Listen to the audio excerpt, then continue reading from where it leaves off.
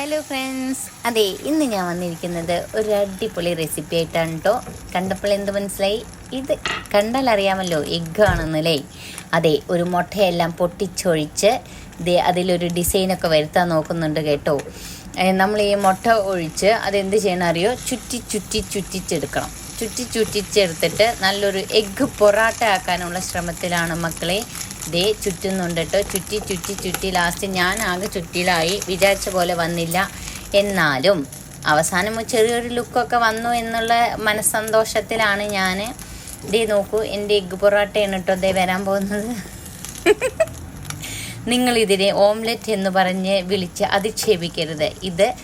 ഇത് ശരിക്കും ചുറ്റി നമ്മുടെ പൊറോട്ടയ്ക്ക് നൂൽ പൊറോട്ട പോലെ ഇല്ലേ, അതേപോലെ ഷേപ്പിൽ കറക്റ്റായിട്ട് വരും കേട്ടോ.